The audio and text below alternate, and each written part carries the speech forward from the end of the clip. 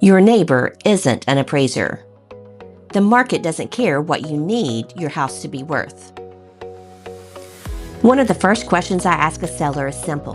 What do you think your home is worth? The answers are all over the place. Sometimes people have done their homework and have a pretty good idea. Other times they tell me what their neighbor's house sold for, what Zillow says, or what they would like to walk away with after paying their mortgage. All of those things may be part of the conversation, but none of them determine market value. Let's start with the neighbor.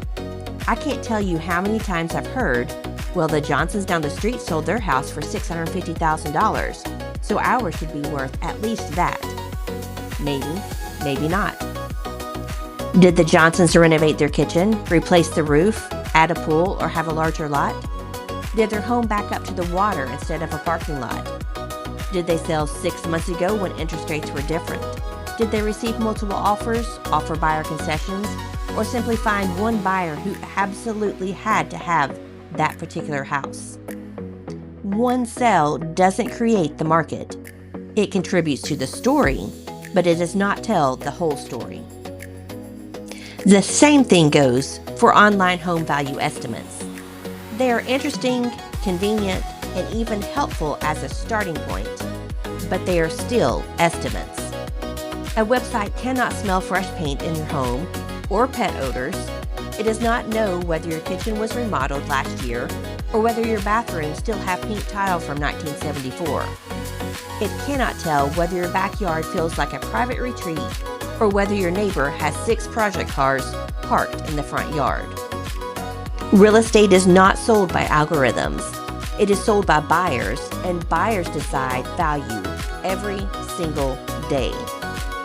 Here's the part that surprises many sellers. The highest list price does not always lead to the highest sales price. In fact, pricing a home too high can have the opposite effect. Buyers may never schedule a showing because they believe the home is out of their budget or simply not worth the asking price. Weeks go by, showings slow down, and eventually the price is reduced. Now buyers begin asking a different question. What's wrong with it? Nothing may be wrong with the house. The pricing simply told the wrong story. A well-priced home creates excitement. More buyers see it, more buyers visit it, and more buyers may compete for it. That is exactly what every seller wants. Pricing is not about guessing, it's about strategy.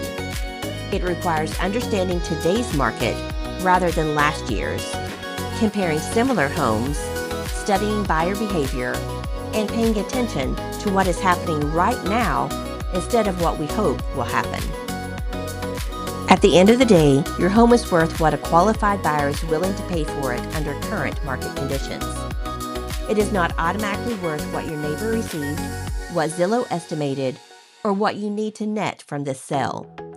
The market does not read your financial goals. It responds to value. Brittany's better way. A good realtor does not pull a number out of thin air. They study comparable sales, current competition, market conditions, and the unique features of your home before recommending a pricing strategy. More importantly, they should be able to explain why that number makes sense. If they cannot explain it clearly, keep asking questions. Before you hire an agent, ask these questions before agreeing on a list price. How did you determine my home's value? Which comparable sales influenced your recommendation? What current market conditions should I know about? What makes my home different from the comparable properties?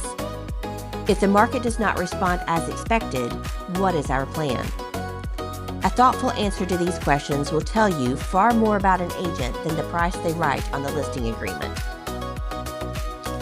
If your home expired or was withdrawn, one of the biggest reasons listings expire is pricing.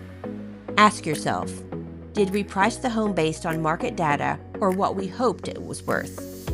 Did my realtor explain how we arrived at the asking price? Did we adjust the price when the market gave us feedback? Was I willing to listen to the market, or was I waiting for the right buyer? Remember, the market is always talking. The question is whether we're listening.